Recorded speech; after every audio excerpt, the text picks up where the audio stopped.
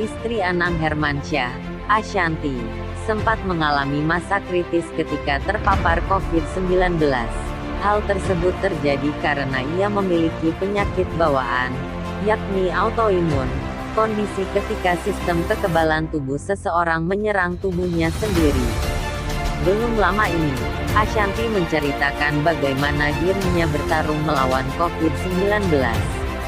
Mulai dari tes swab saat putri sambungnya Aurel Hermansyah pertama kali merasa tak enak badan, hingga saat dirinya diizinkan dokter untuk pulang, setelah mendapat perawatan serius di rumah sakit.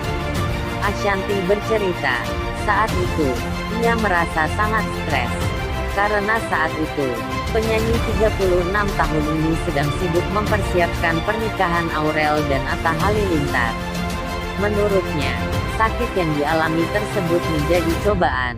Ia mulai banyak pikiran, hingga mentalnya jadi drop, yang bikin stres. Ya Allah, kok cobaan saat aku lagi sibuk mempersiapkan pernikahannya kakak Aurel. Jadi di situ memang mental, imun, dan lain-lain itu drop, ungkap Ashanty.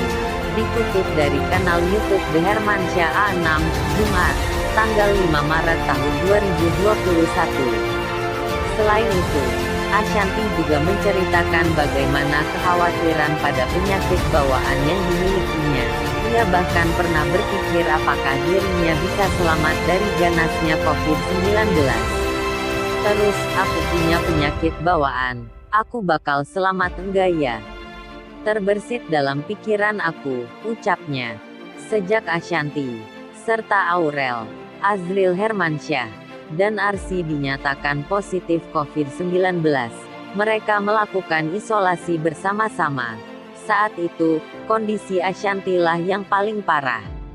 Ia hanya bisa berbaring dan merasa kesakitan. Karena tak tahan, Ashanty mau tak mau dilarikan ke rumah sakit. Menurut pemeriksaan, ia masih dalam kondisi sedang, sehingga masih bisa dirawat di rumah. Akan tetapi, pilihan untuk pulang ini tak berakhir baik.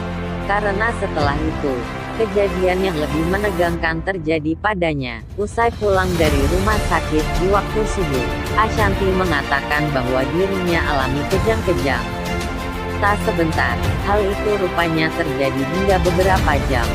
Setelah pulang, ada satu hari aku waktu subuh, 3 atau 4 jam aku kejang.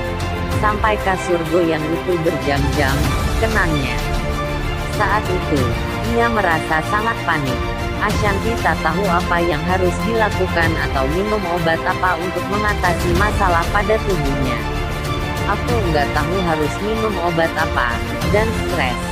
Lalu demam tinggi, sesak napas, seperti orang terkena asma tapi aku nggak pernah asma, tuturnya.